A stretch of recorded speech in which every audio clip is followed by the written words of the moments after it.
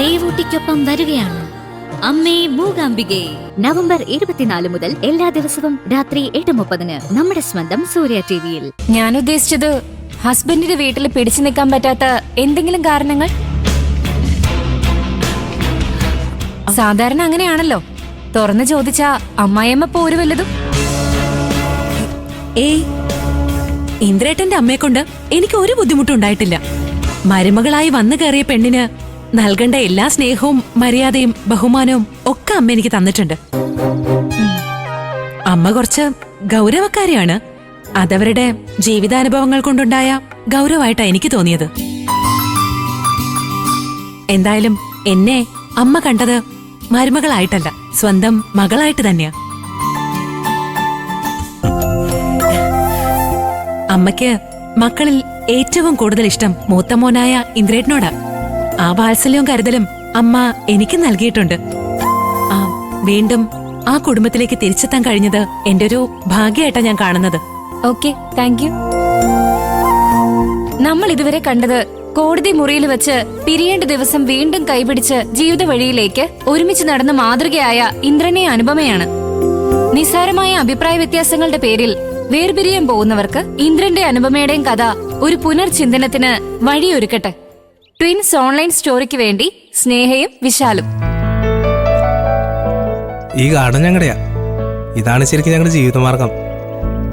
ഈ ഓൺലൈൻ പരിപാടികളൊക്കെ ഞങ്ങൾ സൈഡായിട്ട് കൊണ്ടുപോകുന്നതേ ഉള്ളൂ. ഏതെങ്കിലും ഒരു പ്രോഗ്രാം വൈറലായ ഓൺലൈനിൽ ഞങ്ങൾ ക്ലച്ച് പിടിക്കും.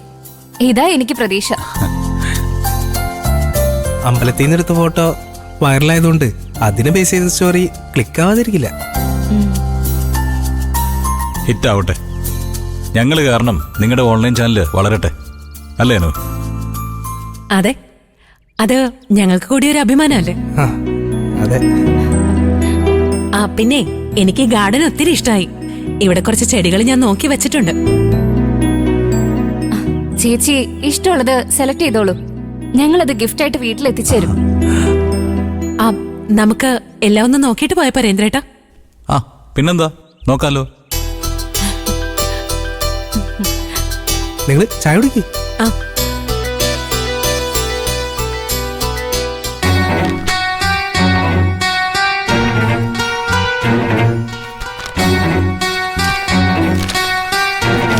മഞ്ചാടി,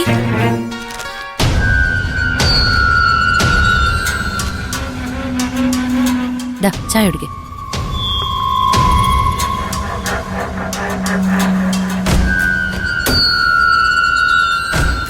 കോളേജ് വിട്ട് വരുമ്പോ ഉണ്ടായിരുന്ന ചൂടൊക്കെ മാറിയോ? എന്തായിരുന്നു നിന്റെ ടെൻഷൻ? അത് നീ അച്ഛനെ വിളിച്ച് സംസാരിക്കുന്ന ഞാൻ കേട്ടു. എന്തായിരുന്നടി ഇത്ര വലിയ പ്രശ്നം? അച്ഛൻ ചീരുചേച്ചി വിളിച്ച് എന്തെങ്കിലും പറഞ്ഞോ? ഏയ്, അച്ഛൻ എന്നെ വിളിച്ചൊന്നുമില്ല. നിനക്ക് എന്നോട് പറയാൻ പറ്റുന്ന കാര്യമാണീ പറ. എന്താ സംഭവം? അത് പിന്നെ ഞാൻ രാവിലെ കോളേജിൽ പോകുമ്പോ സുശീലാന്റെ കണ്ടു.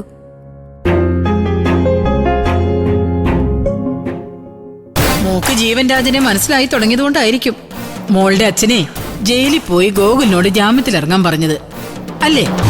ചിലപ്പോ ഇതൊക്കെ ഒരു പുകമറ സൃഷ്ടിക്കലാണെങ്കിലോ?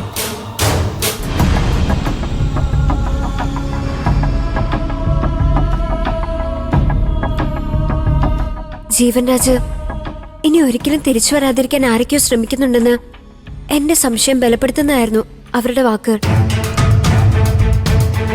അതിനുശേഷം എനിക്ക് സ്വസ്ഥമായി ക്ലാസ്സിലിരിക്കാൻ പറ്റുന്നുണ്ടായില്ല. കോളേജ് വിട്ട ഉടനെ ഗൂഗിളിന്റെ വീട്ടിൽ പോയി ചോദിച്ചാലെന്ന് വരെ എനിക്ക് തോന്നി. പിന്നെ മനസ്സിനെ ഒരുവിധം അടക്കി നിർത്തിയ ഞാൻ ഇങ്ങോട്ട് വന്നത്. അപ്പോഴും ഉള്ളിലെ ദേഷ്യം അടങ്ങിയിരുന്നില്ല.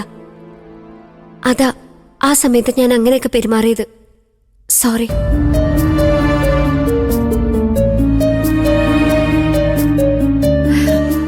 എന്നോട് നീ സോറി ഒന്നും പറയണ്ട. നിന്റെ ഈ പെട്ടെന്നുള്ള ദേഷ്യമൊക്കെ ഇവിടെ എല്ലാവർക്കും അറിയുന്നതല്ലേ. അതുകൊണ്ട് വേറെ ആരും ഇതൊന്നും കാര്യമായിട്ട് എടുത്തിട്ടില്ല.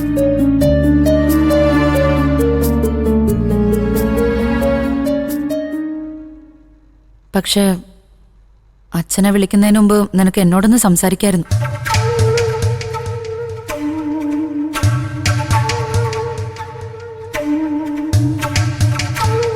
സുശീലാന്റിയുടെ സ്വഭാവം നിനക്ക് അറിയാവുന്നല്ലേ മഞ്ചാടി?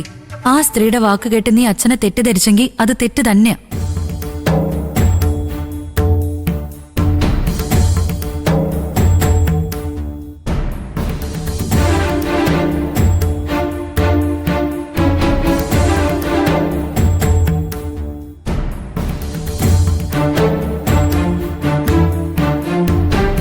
ജീവൻ രാജിന്റെ കേസിൽ എനിക്ക് ഒരുപാട് സംശയങ്ങളും ഉത്തരം കിട്ടാത്ത ചോദ്യങ്ങളും ഉണ്ടായിരുന്നു. സുശീലാന്റെയായി സംസാരിച്ചപ്പോ എത്രയും വേഗം അതിനൊരു ക്ലാരിറ്റി വരുത്തണമെന്ന് തോന്നി.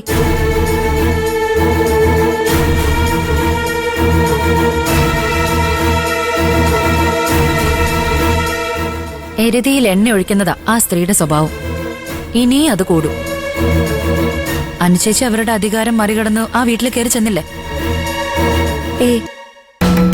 സുശീലാന്റി ഇപ്പോ പഴയതിന്ന് ഒരുപാട് മാറിയതായിട്ട് എനിക്ക് തോന്നി.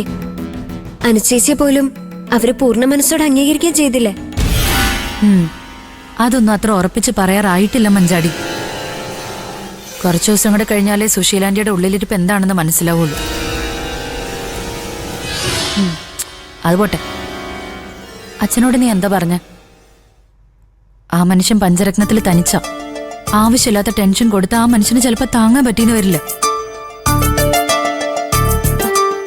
ഞാനത് അച്ഛനെ കുറ്റപ്പെടുത്തിയൊന്നല്ലോ. സുശീലാന്റി പറഞ്ഞ കാര്യങ്ങൾ അച്ഛനെ അറിയിച്ചെന്നേ ഉള്ളൂ.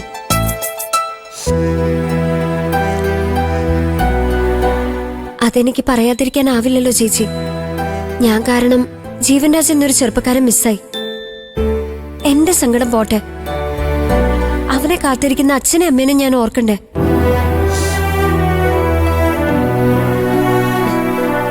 അവർക്ക് വേണ്ടിയാ ഞാനിപ്പോ ജീവൻ രാജിന്റെ കാര്യത്തിൽ ഒരു ക്ലാരിറ്റി വരുത്താൻ നോക്കുന്നത്. നിന്നെ എനിക്ക് മനസ്സിലാവും മഞ്ചാടി. നീ ആയതുകൊണ്ട് എങ്ങനെയെങ്കിലും പിടിച്ചു നിൽക്കുന്ന. ഇനിയെങ്കിലും ആ സുശീലാന്റിയുടെ വാക്ക് കേട്ട് ഒന്നും ചെയ്യരുതെന്ന് എനിക്ക് ഈ കാര്യത്തിൽ നിന്നോട് പറയാനുള്ളൂ. അവരെ വിശ്വസിക്കാൻ കൊള്ളില്ല മഞ്ചാടി.